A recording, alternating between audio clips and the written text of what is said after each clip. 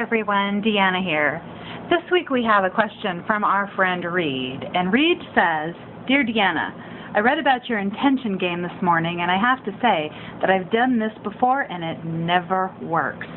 The last time I tried it, I intended to see blue flowers, and the only blue flowers I saw were on napkins in the break room at work that day.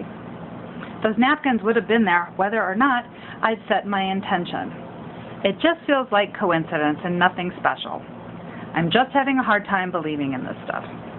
Well, Reed, you know what? You're absolutely right.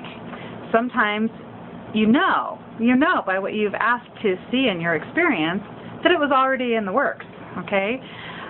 Maybe having it in our experience is not the best way of putting it. Maybe it's more about putting it into our awareness. I've done experiments where I have decided to intend pennies into my experience, right? A lot of people do that. Pennies are easy. And sure enough, I will see pennies everywhere when I decide to set that as my intention for the day.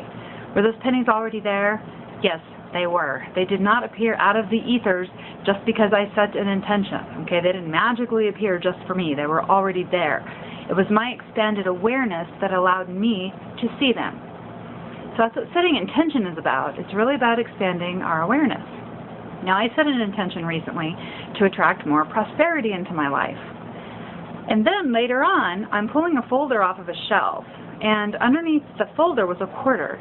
When I pulled the folder out, the quarter fell into my lap. And I thought, hey, universe, thanks for the quarter, but I'm really asking for some good money right now, not just change. And I thought, I should be really grateful for everything that comes my way, and I should be aware of the way the universe is sending money to me and prosperity to me. Later that afternoon, I received a check for $300. Now, that check didn't come to me because I set my intention. We know that check was already in the mail, right? It was already in the works. However, because I'd set my intention, I had awareness of this prosperity. So I was very, very grateful for it.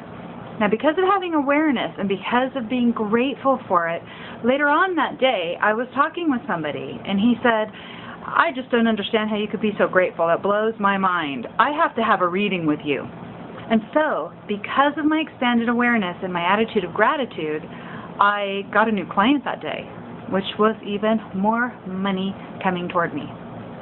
We set an intention to expand our awareness. That's what we're really doing. So set your intention, whatever it is. If you play the game, then just notice what comes into your awareness. Now, when we're noticing things, when we have more awareness, the universe has the opportunity to lead us in a direction. Without the expanded awareness, we may never have seen the message or seen the miracle, and we wouldn't have moved the way we wanted to move.